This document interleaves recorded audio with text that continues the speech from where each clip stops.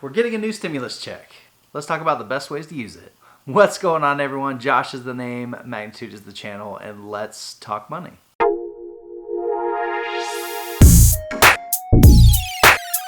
Alright, last video I talked about the new stimulus bill that's being passed and what we're going to be getting. Everyone's getting $1,200. You'll be getting $500 for each dependent that you have. Essentially, we're all getting a big paycheck that we didn't know that we were going to be getting. In the comments of that video, Rick Sanchez asked, how would you invest your next stimulus check? I think a lot of us would like to take this extra money and put it towards a kayak, or maybe a new gaming system, or maybe a down payment on an ATV or a new car, or maybe even a jet ski. But I know all of you are smarter than that, so let's talk about how to invest this money. Okay, so the first thing that I would do if I was to get the stimulus check and I had not paid off my debts yet, I would first start out by paying those off. Start out with your consumer debt, like your credit cards. Anything that you've been carrying a balance on, pay that down as fast as possible, because that is interest that is working against you rather than interest that is working for you. If you have your credit cards paid off, put it towards your car payment. You want to make sure that you're not continuing to pay on a balance that's greater than the value of the car, and cars depreciate a lot. That would be the next thing that I pay off after your credit cards. You might even want to take this money and pay back anyone that you've borrowed money from, like your brother, your aunt, your uncle, or your best friend. You know, those people that are like, man, Josh borrowed like 20 bucks from me like 10 years ago. If I would have put that in the stock market, that would have been a lot more money by now.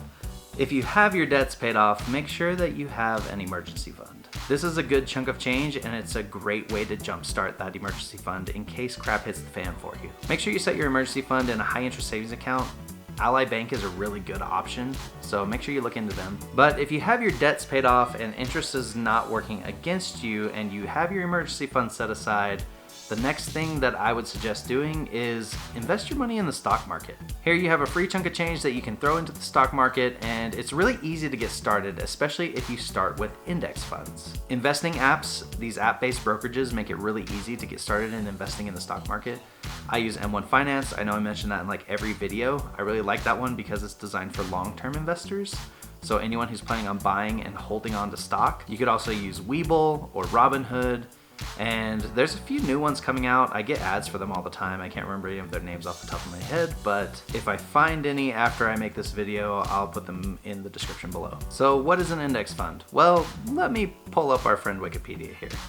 An index fund is a mutual fund or exchange traded fund designed to follow certain preset rules so that the fund can track a specific basket of underlying investments. So essentially what's happening is this index fund is collecting stocks within it, and you can invest into that index fund and therefore own a piece of all of the stocks that they're putting within that fund. It almost feels like a hack for stock investing, at least to me. Index funds are also known as ETFs, by the way. In fact, my favorite index funds come from Vanguard. Currently, my favorite index funds with Vanguard are the S&P 500, the Total Stock Market Index, and the High Dividend Yield Index Fund.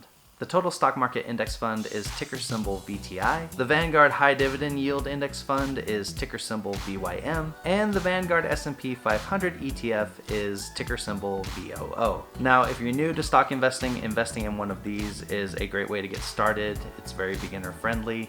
You have Vanguard themselves setting up the rules for what falls in and out of these index funds. So you can be relatively hands-off once you buy into it. Now, I do have to give the caveat that I am not a licensed professional when it comes to stock investing. I can only speak from my personal experience. But I will say that my collection of ETFs is one of the only parts of my portfolio that is actually profitable at the moment, given the volatility in the market. I don't know your specific situation, so I can't give you individualized advice, but I can speak to my experience in investing and frugality. Given that the stock market has its ups and downs right now, I personally feel like it's been a good time for me to invest a little bit heavier than I normally would. I put in a decent chunk of change when the initial downturn in March started to happen. It wasn't at the bottom, but it was on its way down, and I feel like that's worked out pretty well in my favor. Now, I don't want to say that you need to time the market. In fact, I have a video on dollar cost averaging and why that's the secret weapon to investing and why it's probably the best strategy when it comes to investing, but it's people who invest during the downturns that end up building wealth. So what are you going to do with your new stimulus check? Are you going to invest it? Are you going to blow it on some new toy?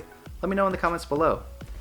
If you want to get started in stock investing, I've got some referral links down in the description below. The Webull one will give you 2 free stocks if you deposit $100 into your account.